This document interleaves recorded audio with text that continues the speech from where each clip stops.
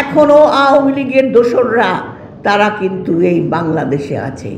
আমরা জনগণের নির্বাচনের মাধ্যমে জনগণের যে মৌলিক অধিকার, ভোট দেওয়ার অধিকার, সেই ভোট দেওয়ার প্রতিশ্রুতি দিয়ে তাদেরকে জবাবদিহিমূলক সরকার গঠনে সাহায্য করব। যে সরকারই আসুক যেন জনগণের সরকার হিসেবে প্রতিষ্ঠিত হয়। কেন আমাদের এই লক্ষ্যটা ছিল? এই লক্ষ্যটা আপনারা দেখেছেন, 17 বছর একটি ফ্যাসিস্ট সরকার সমস্ত গণতান্ত্রিক প্রতিষ্ঠানগুলোকে ধ্বংস করে দিয়েছিল।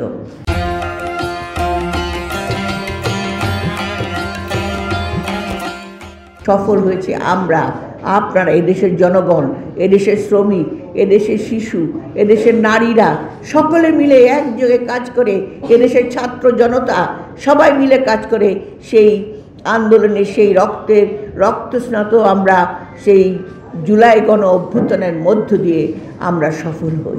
কিন্তু তারপরেও আমরা এখনও দেখছি এই গণতন্ত্রের জন্য আমাদের লড়াই করতে হচ্ছে আমাদের সংবিধান সমুন্নত রাখার জন্য, যে সংবিধান নাও আমাদের জাতির অস্তিত্বের পরিচয়। কারণ একটা মহান মুক্তিযুদ্ধের মধ্য দিয়ে 30 লক্ষ শহীদের বিনিময়ে আমরা এসেছিলাম যুদ্ধ জয় করে। সেদিন আমাদের একটাই লক্ষ্য ছিল, সেদিন যে সংবিধান হয়েছিল সেই সংবিধানের মাধ্যমে এবং গণতন্ত্র সকলের জন্য, সমাজ ব্যবস্থা ন্যায়ভিত্তিক, এটা প্রতিষ্ঠা করার জন্য সেদিন যে সংবিধান হয়েছিল সেটা তার মধ্য দিয়ে আমরা আমাদের যাত্রা শুরু করেছিলাম।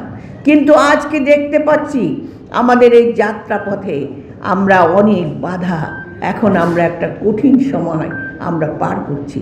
কারণ এই কঠিন সময়ের মধ্যে আমরা দেখছি আমরা বড় আশা করে একটি অন্তর্বর্তী সরকার আমরা দিয়েছি। আমরা জানি এই অন্তর্বর্তী সরকারকে দিয়েছি শুধুমাত্র আমাদের জনগণকে ঐক্যবদ্ধ নিয়ে নির্বাচনের মধ্য দিয়ে তারা চলে যাবেন, কাজ করবেন। কিন্তু সেখানে আজকে আমরা দেখতে পাচ্ছি আমাদের নির্বাচনের রোডম্যাপ ঘোষণা হওয়ার পরেও এখন চলছে নির্বাচন চক্রান্ত করে নির্বাচন বন্ধ করা অথবা পিছাবার চেষ্টা। কারা এই চেষ্টা করছে সেটাও আজকে আমাদের খেয়াল রাখতে হবে। এই আমাদের স্বৈরাচারদের বিরুদ্ধে লড়াই করতে গিয়ে তাদের বুকে রক্ত দিয়ে আজকে আমাদের উপর দায়িত্ব দিয়েছে সত্যিকারের সরকার প্রতিষ্ঠা করে এই দেশে একটি সমাজ ব্যবস্থা ন্যায়ভিত্তিক প্রতিষ্ঠা করার জন্য। তাই আমাদের সেই ষড়যন্ত্র করছে আজকে কারা? 71-এর পরাজিত শক্তিরা। তারা চেষ্টা করছে নির্বাচনকে পিছিয়ে দেওয়ার জন্য। তারা চেষ্টা করছে পিআর পদ্ধতি, যে পদ্ধতি কেউ চেনে না, জানে না, বোঝে না। পিআর পদ্ধতির মাধ্যমে কথা বলে বিভিন্ন সময় যখন নির্বাচনের রোডম্যাপ ঘোষণা হয়ে গেছে তারপরেও তারা রাজপথে আন্দোলন করছে। আজকে আপনারা দেখতে পাচ্ছেন সমগ্র বাংলাদেশ একটা অস্তিত্বশীল। আপনারা দেখেছেন এখনও আওয়ামী লীগের দোসররা তারা কিন্তু এই বাংলাদেশে আছে।